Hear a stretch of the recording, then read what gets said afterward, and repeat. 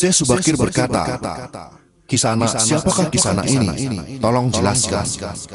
Sabda Palon menjawab, Aku ini Sabda Palon, pamomong atau pengembala tanah Jawa sejak zaman dahulu kala. Bahkan sejak zaman kedewataan, akulah pemomong para kesatria leluhur. Dulu aku dikenal sebagai Sang Hyang Ismoyo Jati, lalu dikenal sebagai Kilurah Semar Bodronoyo, dan sekarang zaman Majapahit ini, namaku dikenal dengan Sabdo Palon. Syekh Subakir berkata lagi, "Berarti Kisanak ini adalah danyang tanah Jawa ini. Perkenalkan Kisanak, namaku adalah Syekh Subakir yang berasal dari tanah Syam, Persia." Sabdo Palon bertanya, "Ada hajat apa gerangan Jengan Diko rawuh di tanah Jawa ini?" Syekh Subakir menjawab, "Saya diutus oleh Sultan Muhammad yang bertahta di negeri Istanbul untuk datang ke tanah Jawa ini.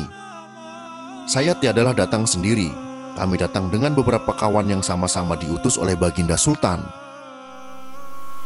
Sabdo Palon berkata lagi, "Ceritakanlah selengkapnya Kisana, supaya aku tahu duduk permasalahannya." Syekh Subakir kembali menjawab, "Baiklah, pada suatu malam Baginda Sultan Muhammad bermimpi menerima wisi. Wisi dari Hyang Akaryo Jagat, Gusti Allah Zat yang Maha Suci lagi Maha Luhur.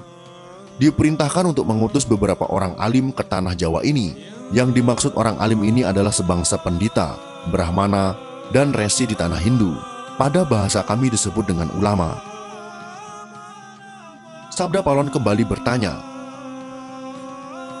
"Jadi Jengan Diko ini termasuk ulama itu tadi?"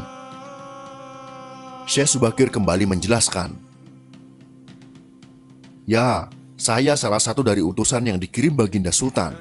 Adapun tujuan kami dikirim kemari adalah untuk menyebarkan wara suci, amedar agama suci, yaitu Islam."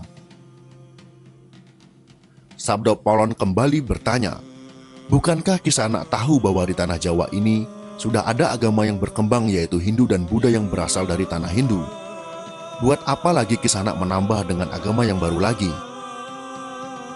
Syekh Subakir kembali menjawab, "Biarkan Kawula Dasih yang memilih keyakinannya sendiri. Bukankah Kisanak sendiri sebagai danyangnya tanah Jawa lebih paham bahwa sebelum agama Hindu dan Buddha masuk ke Jawa ini, di sini pun sudah ada Kapitayan. Kapitayan atau ajaran asli tanah Jawa yang berupa ajaran Budi."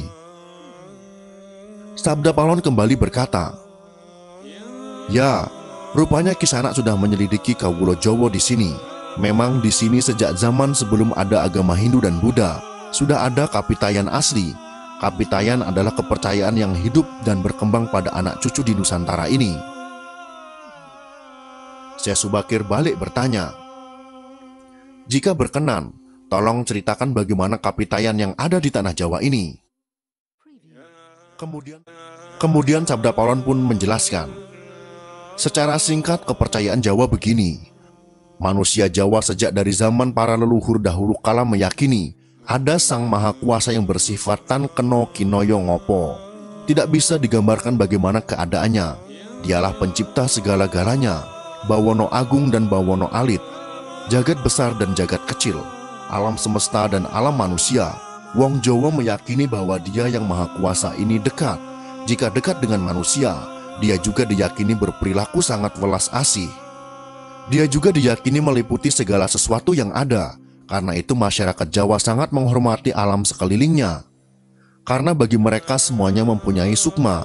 Sukma ini adalah sebagai wakil dari Dia yang Maha Kuasa itu. Jika masyarakat Jawa melakukan pemujaan kepada Sang Pencipta, mereka lambangkan dengan tempat yang suwung. Suwung itu kosong, namun sejatinya bukan kosong namun berisi Sang Maha Ada. Karena itu tempat pemujaan orang Jawa disebut Sanggar Pamujan. Di salah satu bagiannya dibuatlah sentong kosong, tempat atau kamar kosong untuk arah pemujaan. Karena diyakini bahwa di mana ada tempat suwung di situ ada Yang Maha Kuasa." Syekh Subakir kembali berkata, "Itulah juga yang menjadi ajaran agama yang kami bawa untuk memberi ageman yang menegaskan itu semua, bahwa sejatinya di balik semua yang maujud ini ada Sang Wujud Tunggal yang menjadi pencipta, pengatur dan pengayom alam semesta. Wujud tunggal ini dalam bahasa Arab disebut Al-Ahad. Dia maha dekat kepada manusia, bahkan lebih dekat dia daripada urat leher manusianya sendiri. Ajaran agama kami menekankan budi pekerti yang agung, yaitu menebarkan welas asih kepada alam gumebyar, kepada sesama titah atau makhluk. Lihatlah Sang Danyang, betapa sudah rusaknya tatanan masyarakat Majapahit sekarang. Bekas-bekas perang saudara masih membara, rakyat kelaparan, perampokan dan penindasan ada di mana-mana. Ini harus diperbaharui budi pekertinya. Sabda Palon kembali menjawab, aku juga sedih sebenarnya memikirkan rakyatku. Tatanan sudah bubrah. Para pejabat negara sudah lupa akan dharmanya. Mereka saling sikut untuk merebutkan jabatan dan kemewahan duniawi. Para pandito juga sudah tak mampu berbuat banyak. Orang kecil salang tunjang mencari pegangan. Zaman benar-benar zaman edan. Syekh Subakir kembali berkata, karena itulah mungkin Sang Maha Jawata Agung menyuruh Sultan Muhammad Turki untuk mengutus kami ke sini. Jadi wahai Sang Danyang Tanah Jawa, izinkanlah kami menebarkan wewara suci ini di wewengkon kekuasaanmu ini. Sabdo Palon pun menjawab, baiklah jika begitu, tapi dengan syarat-syarat yang harus kalian patuhi. Syekh Subakir pun bertanya, apa syaratnya itu wahai Sang Danyang Tanah Jawa? Sabda Palon menjelaskan, pertama, jangan ada paksaan agama, dharma atau kepercayaan. Kedua, jika hendak membuat bangunan tempat pemujaan atau ngibadah, buatlah yang bangunan luarnya nampak cakra atau gaya Hindu Jawa, walau isi dalamnya Islam.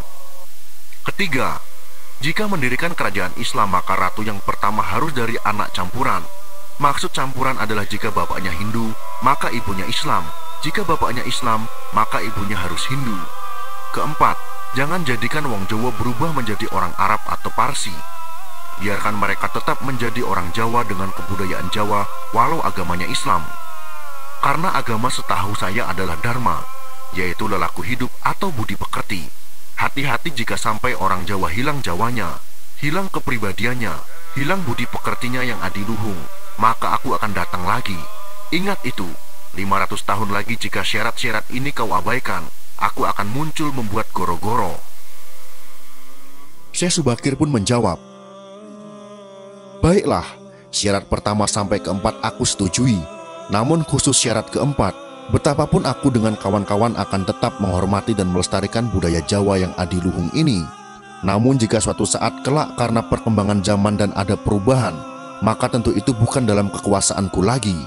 Biarlah Gusti Kang Akaryo Jagat yang menentukannya.